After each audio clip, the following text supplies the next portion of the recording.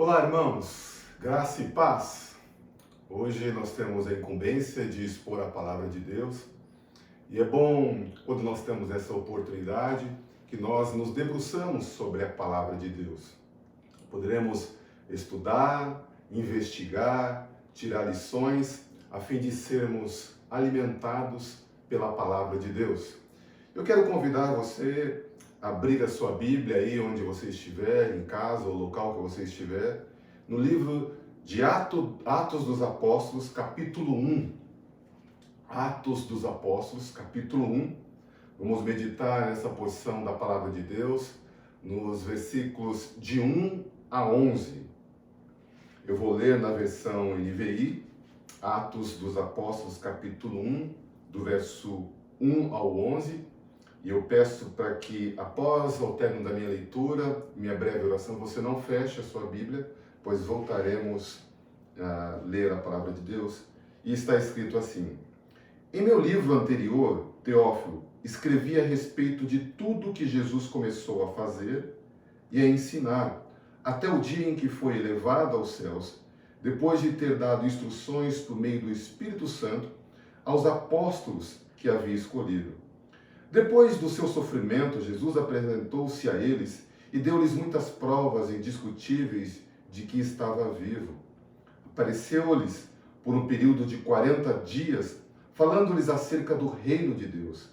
Certa ocasião, enquanto comia com eles, deu-lhes esta ordem: Não saia de Jerusalém, mas esperem pela promessa de meu Pai, da qual lhes falei. Pois João batizou com água, mas dentro de poucos dias vocês serão batizados com o Espírito Santo. Então, os que estavam reunidos lhe perguntaram: Senhor, é neste tempo que vais restaurar o reino a Israel? Ele lhe respondeu: Não lhes compete saber os tempos ou as datas que o Pai estabeleceu pela sua própria autoridade, mas receberão poder quando o Espírito Santo descer sobre vocês, e serão minhas testemunhas em Jerusalém, em toda a Judéia e Samaria e até os confins da terra. Tendo dito isso, foi levado às alturas. Enquanto eles olhavam, e uma nuvem o encobriu da vista deles, e eles ficaram com os olhos fixos no céu enquanto ele subia, de repente surgiram diante deles 2 homens vestidos de branco, e lhes disseram: Galileus, por que vocês estão olhando para o céu? Esse mesmo Jesus que dentre vocês foi elevado aos céus, voltará da mesma forma como o viram subir. Oremos. Pai, nós te louvamos, pois o teu Filho Jesus veio a este mundo de forma humilde e sofredora. Mas um dia o teu Filho há de voltar com poder e glória. E quando chegar esse dia, todo joelho se dobrará, toda língua confessará que Jesus Cristo é o Senhor. Pai, somos instruídos por meio da Tua Palavra, e ao meditarmos na Tua Palavra, que Teu Espírito ilumine nossa mente, nosso coração, para colocarmos em prática e vermos as Tuas verdades. Eu oro no nome de Jesus. Amém.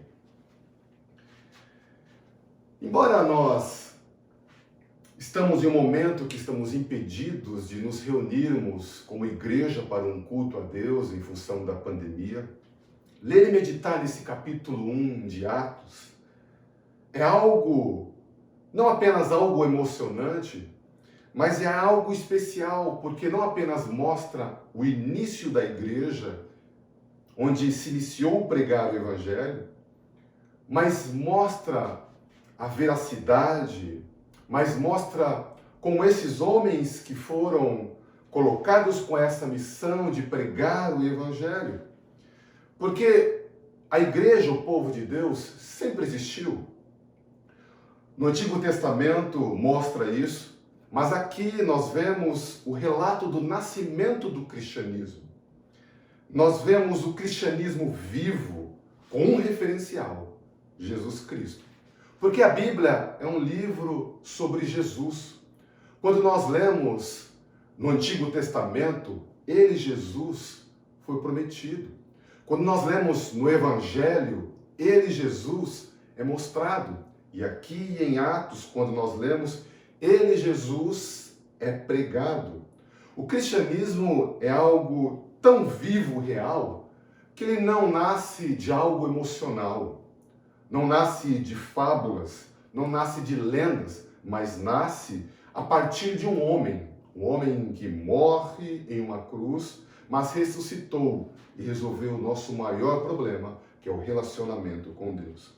E a pergunta que fica ao lermos esse texto é: como essa história começou?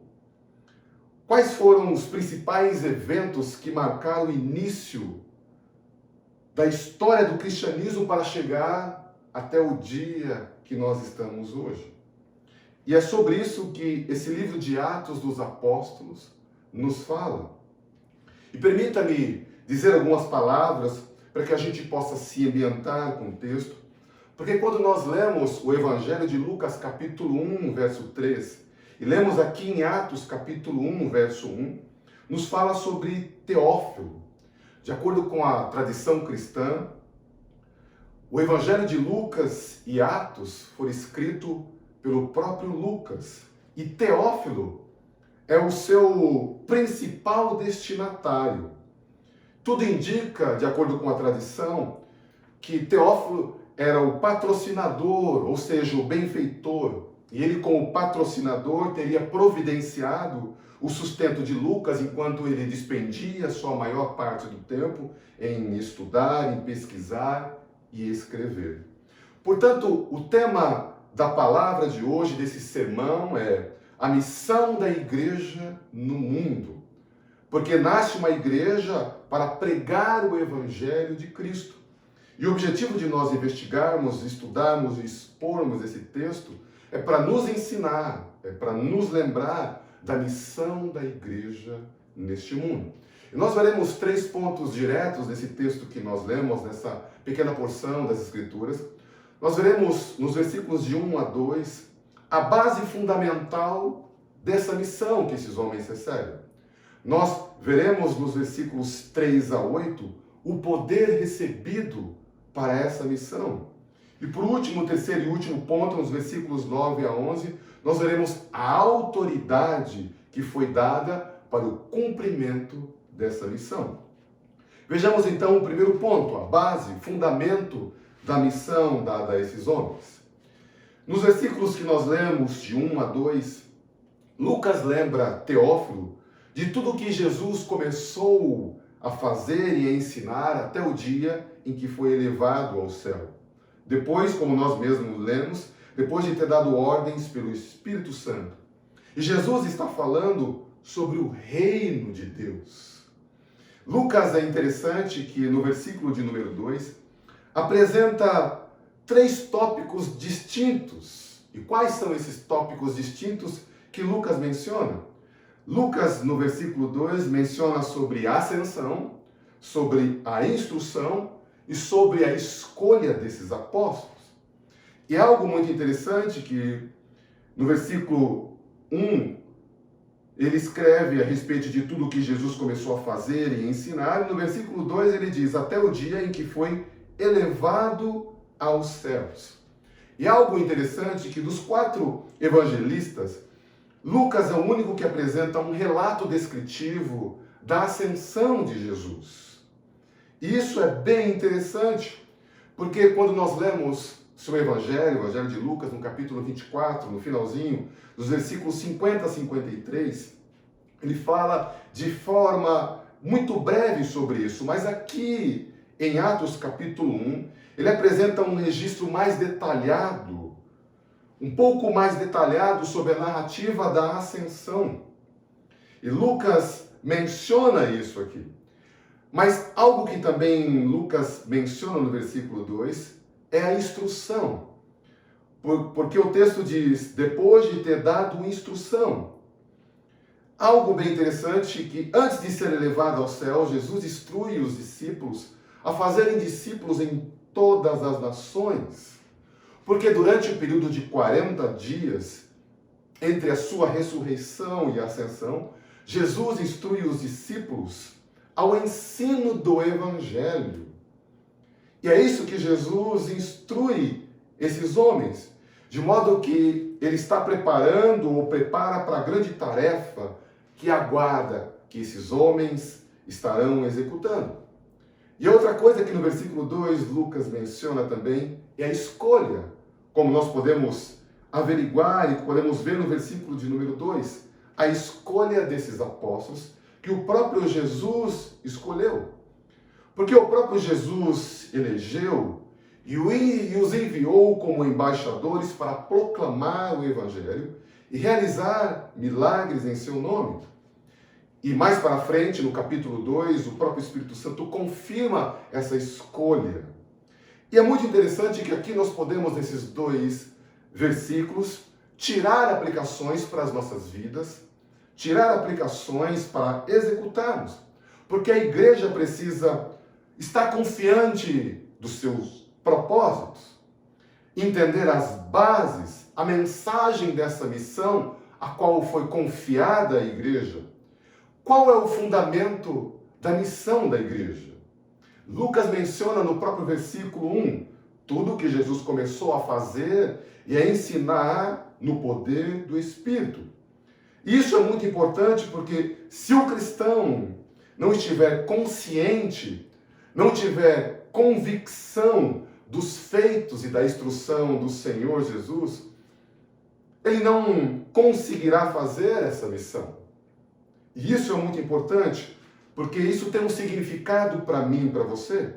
Não conseguiremos cumprir a missão do reino sem conhecer o reino.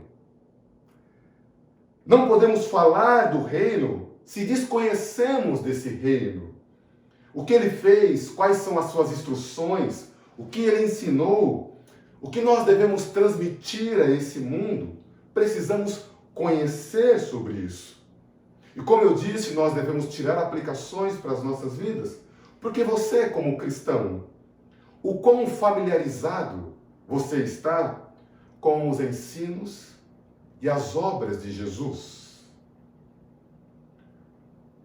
Como que a igreja vem se comportando com relação a essa missão?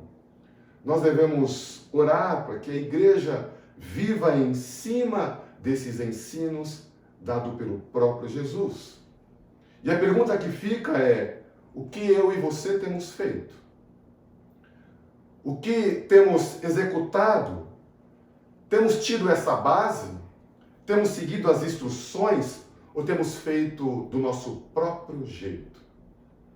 Porque nós devemos lembrar que o papel da palavra de Deus é me alimentar e te alimentar, nos alimentar do apetite da fé em Deus. Por isso a base da igreja, a base do crente é Jesus e seus ensinos. Mas nós podemos ver nesse texto o segundo ponto, que está nos versículos de 3 a 8, o poder recebido para essa missão. Nasce a igreja para pregar, para levar o cristianismo, mas nós vamos ver nos versículos 3 a 8 o poder recebido para esta missão. Acompanhe comigo no versículo 3. Depois do seu sofrimento, Jesus apresentou-se a eles e deu-lhes muitas provas indiscutíveis de que estava vivo. Apareceu-lhes por um período de 40 dias, falando-lhes acerca do reino de Deus. Após a crucificação, após sua morte e ressurreição, Jesus, quando nós lemos nos evangelhos, lá em Mateus capítulo 28, Jesus aparece às mulheres no túmulo. Jesus também, em Marcos capítulo 16, aparece a 2 homens de Emaús. Jesus, como nós lemos, aparece aos discípulos. Algo muito interessante que o último aparecimento de Jesus ocorre quando ele ascende aos céus partindo do Monte das Oliveiras, próximo a Jerusalém. E no relato de Lucas, Lucas mostra com essa aparição que Deus se apresentou vivo após o seu sofrimento, por meio de muitas provas convincentes, como nós lemos. E a obra de Jesus, ela começou a realizar durante o seu ministério terreno e continua porque ele está vivo. Porque é algo interessante que durante esse período de 40 dias, Jesus instrui os discípulos nas coisas pertinentes ao reino de Deus. E a pergunta que nós podemos fazer é: qual é a mensagem do reino de Deus? O que é essa mensagem? Porque o reino, esse reino de Deus, é o governo de Deus sobre os corações e vida do seu povo, que como cidadãos desse reino, recebem remissão de pecados e vida eterna. E a igreja deve se apoderar disso. A igreja deve tomar essa mensagem de Jesus e fazer da sua missão seguir justamente essas instruções de Jesus. Qual é a base, qual é o fundamento da igreja? É Cristo e seus ensinamentos. Porque algo muito interessante que nos versículos seguintes, versículo 4 e 5, Jesus dá uma ordem aos seus discípulos, aos seus apóstolos. Acompanhe comigo no versículo 4. Olha o que diz o versículo 4 e 5. Certa ocasião, enquanto comia com eles, deu-lhes esta ordem: não saiam de Jerusalém, mas esperem pela promessa de meu Pai, da qual lhes falei, pois João batizou com água, mas dentro de poucos dias vocês serão batizados com o Espírito Santo. Algo muito interessante é que Jesus diz algo aos discípulos, o que eles precisavam fazer. E o que eles precisavam fazer, que o texto nos diz? Esperar em Jerusalém até que o Espírito Santo viesse sobre eles. E é interessante que Jesus não dá uma sugestão, mas uma ordem, como o texto mesmo diz. Esperem em Jerusalém. E prontamente os discípulos obedecem. E isso é muito interessante, porque o próprio Jesus já tinha dito sobre essa promessa que viria sobre eles. Algo muito interessante que nós investigamos e podemos tirar para as nossas vidas, para as nossas igrejas, para as nossas práticas, que a igreja acaba não cumprindo com a sua missão, porque perde tempo olhando para coisas secundárias. Eu não sei se você já percebeu o quão fácil nós atribuímos atividades para as nossas vidas. Nós juntamos atividades, começamos a fazer tantas coisas e perdemos a essência. Daqui a pouco, quando nos damos por si mesmo, estamos atolados de tarefas e de coisas secundárias. Nós temos essa facilidade. Mas algo que nós podemos ser lembrados por meio da palavra de Deus é que a igreja não cumpre esse propósito porque acaba realmente perdendo tempo com tanta coisa. Mas a mensagem do Evangelho não fala sobre tudo dar certo em nossas vidas. E é muito interessante que no decorrer de Atos, o próprio Lucas menciona isso, mas a mensagem do Evangelho fala que Jesus vai ser suficiente para mim, para você. Não importa o que acontecer, Jesus é o suficiente. Jesus é a base. Jesus é o fundamento. Jesus é o alicerce. Porque o texto nos mostra algo interessante, que estavam ali os discípulos reunidos com eles. E no versículo 6 nós temos uma mudança e é algo muito interessante. Porque olha o que diz o versículo 6. Então os que estavam reunidos lhes perguntaram: Senhor, é neste tempo que vais restaurar o reino a Israel? Porque note, antes da ascensão de Jesus, quando os apóstolos percebem que os seus aparecimentos logo teriam fim, eles lhe perguntam acerca do futuro, acerca do amanhã. E se existe algo que nos tira o sono, é quando nós pensamos no dia de amanhã. Porque a verdade é que nós queremos ter o controle das coisas. A verdade é que nós queremos poder controlar. Embora seja legítimo preocupar-se, planejar-se, no tocante à crise que nós estamos vivendo, pensarmos, avaliarmos quando isso se findará.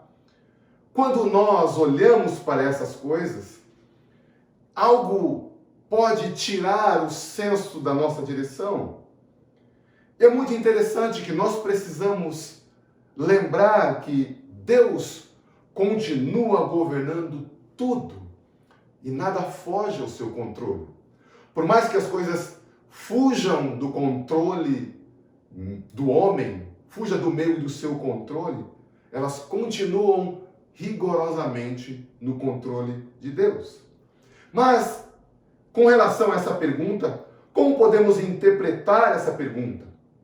A explicação mais comum é de que os discípulos ainda estavam pensando em termos de um reino político da nação de Israel, da qual Jesus seria o seu rei terreno. Mesmo que essa explicação seja válida, nós devemos examinar cuidadosamente essa pergunta feita aqui pelos apóstolos, porque eles indagam Jesus se Jesus iria restaurar o reino de Israel naquele tempo, naquele momento. E note, a restauração de Israel, do Israel espiritual, se ocorresse neste tempo, seria algo muito restritivo, porque o evangelho da salvação é para todas as nações. Mas algo muito interessante que Jesus responde no versículo número 7, olha a resposta de Jesus. E então Jesus lhe respondeu: não lhes compete saber os tempos ou as datas que o Pai estabeleceu pela sua própria autoridade. É interessante que Jesus dá a resposta, e no versículo número 8, ele conclui e diz: mas receberão poder quando o Espírito Santo descer sobre vocês, e serão minhas testemunhas em Jerusalém, em toda a Judéia e Samaria e até os confins da terra. Algo interessante que no versículo 8, nessa resposta de Jesus, Jesus lá no versículo 4 dá uma ordem, e aqui no versículo 8, Jesus explica o que eles precisavam ser. E o que o texto nos fala? Que eles precisavam ser testemunhas. E é verdade que em tempos de crise, nós perdemos o senso de direção. Nós podemos perder, inclusive, a nossa missão. Em momentos como esse que atravessamos, de dificuldade, de pandemia, de incertezas, muitas coisas são ditas e podemos deixar de ser aquilo que realmente nós somos. Percebe como isso é tão sutil? Mas a única maneira de ser realmente quem devemos ser neste mundo é sempre colocarmos todas as nossas preocupações em Deus. Porque Lucas apresenta e Lucas nos mostra que eles deveriam ser testemunhas em áreas geográficas em Jerusalém, Judéia, Samaria e no mundo. Quando Jesus, é muito interessante isso, essa instrução que Jesus dá no versículo 4, e essa resposta que Jesus conclui aqui no versículo número 8, porque apenas para lembrar você, quando Jesus foi batizado, o Espírito Santo desceu sobre ele, e ele foi fortalecido para que se opusesse ao poder de Satanás. E antes que os apóstolos pudessem assumir a tremenda responsabilidade de pregar, anunciar o Evangelho de Jesus Cristo e conquistar as fortalezas de Satanás, eles deveriam receber poder do Espírito Santo. E a ordem de Jesus, no tocante a essa pergunta que os discípulos fazem, olha, se concentrem naquilo que vocês devem ser, testemunhas, minhas testemunhas. Porque aqui nós podemos e devemos tirar uma aplicação, fazermos uma análise. Imagine você, se você fosse um desses primeiros seguidores, que vivesse em uma cidade que tivesse matado o seu rei, que odiasse a mensagem que você estivesse anunciando e ouvisse justamente isso que está no versículo 8. Qual seria a sua reação? Qual seria o seu comportamento? Porque esta é a pergunta que fica. como igreja, nós temos compreendido a nossa missão? Você, como cristão, tem executado, tem tido na sua vida a base, os fundamentos que é Jesus? Você tem procurado, você tem entendido cumprir essa missão de ser testemunha de Cristo? Ou você tem perdido tempo com tantas outras coisas? Que, como eu disse, nós temos uma facilidade de atribuir tarefas, de colocar coisas. E é interessante que essas coisas, na maioria delas, não são nem pecados, mas nós nos atarefamos, começamos a fazer coisas e perdemos o senso de direção. E não executamos e não cumprimos com a nossa missão de anunciar o Evangelho de Cristo. Isso é para que eu e você reflita se estamos cumprindo a nossa missão. Se a sua igreja está cumprindo essa missão. Se a nossa igreja está cumprindo essa missão. Porque caminhando para o terceiro e último ponto, nos versículos 9 a 11, vai nos mostrar a autoridade que foi dada para executar essa missão de anunciar o Evangelho de Cristo. Acompanhe comigo o versículo 9 e 10. Tendo dito isso, foi elevado às alturas, enquanto eles olhavam, e uma nuvem o encobriu da vista deles. E eles ficaram com os olhos fixos no céu, enquanto ele subia. É muito interessante que nesses 3 versículos nós temos os discípulos, temos os homens de branco e temos Jesus. Mas algo bem interessante, que mesmo Lucas não sendo uma testemunha ocular da ascensão de Jesus, Lucas nos fornece uma visão vívida, uma descrição bem viva do comportamento dos discípulos com os olhos fixos no céu. Porque note na Bíblia como que Lucas descreve no versículo 10. Eles ficaram com os olhos fixos no céu enquanto ele subia. É interessante que quando nós lemos lá em Lucas, no capítulo 24, no finalzinho do Evangelho de Lucas, no versículo 52, Lucas afirma que os discípulos adoram a Jesus e retornam a Jerusalém com grande alegria. Mas aqui em Atos, Lucas concentra a atenção no constante olhar para os céus. E algo bem interessante quando nós lemos isso, porque os discípulos estão olhando a ascensão de Jesus. Só que algo interessante, que se há alguma tristeza na ascensão de Cristo, essa tristeza, esse sentimento se dissipa e se desaparece no aparecimento dos 2 homens de branco. Olha, acompanhe comigo. Enquanto eles ficaram olhando os olhos fixos no céu enquanto ele subia, de repente surgiram diante deles 2 homens vestidos de branco, que lhes disseram: Galileus, por que vocês estão olhando para o céu? Algo interessante, esses homens de branco foram enviados pelo próprio Deus. E isso é muito interessante, porque o próprio Jesus havia prometido aos seus discípulos que estaria com eles até o fim dos tempos. Assim, eles recebem informações e um conforto, porque olha o que o texto diz, novamente, versículo 11. Galileus, por que vocês estão olhando para o céu? Este mesmo Jesus que dentre vocês foi elevado aos céus, voltará da mesma forma como o ouviram subir. É muito interessante que esses 2 homens de branco colocam um equilíbrio entre a ascensão de Jesus e a sua volta. O texto diz: assim como subiu, assim voltará. Jesus retornará fisicamente no mesmo corpo glorificado com que ele subiu ao céu. E aqui nós podemos tirar aplicação para as nossas vidas, tirar ensino para as nossas vidas, porque o medo, porque a incerteza, porque a insegurança, porque o porvir podem tentar alterar aquilo que nós devemos ser. A pandemia, a insegurança, tudo isso é legítimo, nós pensarmos quando isso se findará.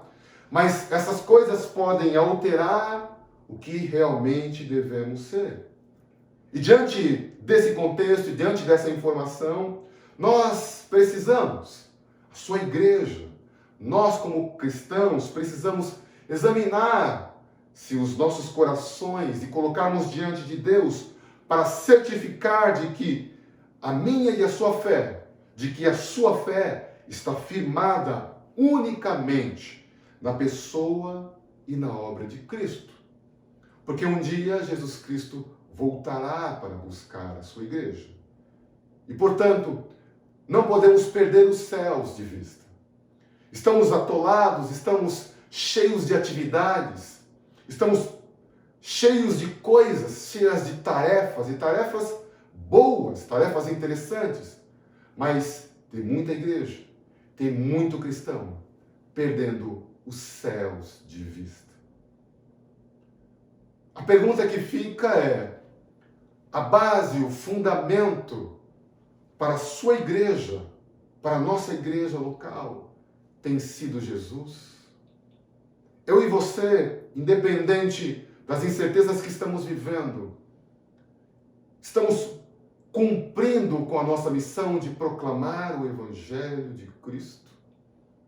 Porque, como nós vimos, os discípulos receberiam poder e autoridade. E eu e você, estamos apenas assustados? Estamos apenas com tarefas?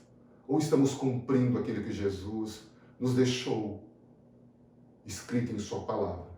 Que possamos refletir, que possamos meditar, que possamos colocar em prática, que sejamos fiéis em pregar o Evangelho das boas novas.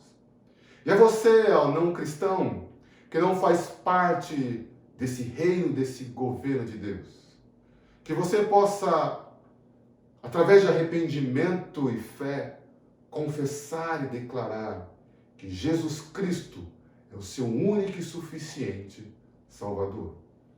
Quero orar com você e convidar, onde você estiver, a orar. Feche os seus olhos. Eu quero fazer uma breve oração. Pai, nós te louvamos pela tua palavra. E ao debruçar sobre a tua palavra, nós somos lembrados que a base, que o fundamento é o Senhor Jesus Cristo. Nos ajude a colocar em prática. Ajude-nos a executar, a cumprir o nosso papel. Aquele que se perdeu no meio do caminho, que o Senhor possa auxiliar. Aquele que já não tem mais Jesus Cristo como a sua base, auxilie. Aquele que está abatido, aquele que está perdido, aquele que perdeu as suas forças em meio a tantas dificuldades. Ajude-nos, ó Pai. Auxilie-nos, ó Pai, em meio à nossa caminhada. Pois nós continuamos confiando no Senhor e queremos nos apegar à tua palavra. Eu oro no nome de Jesus. Amém.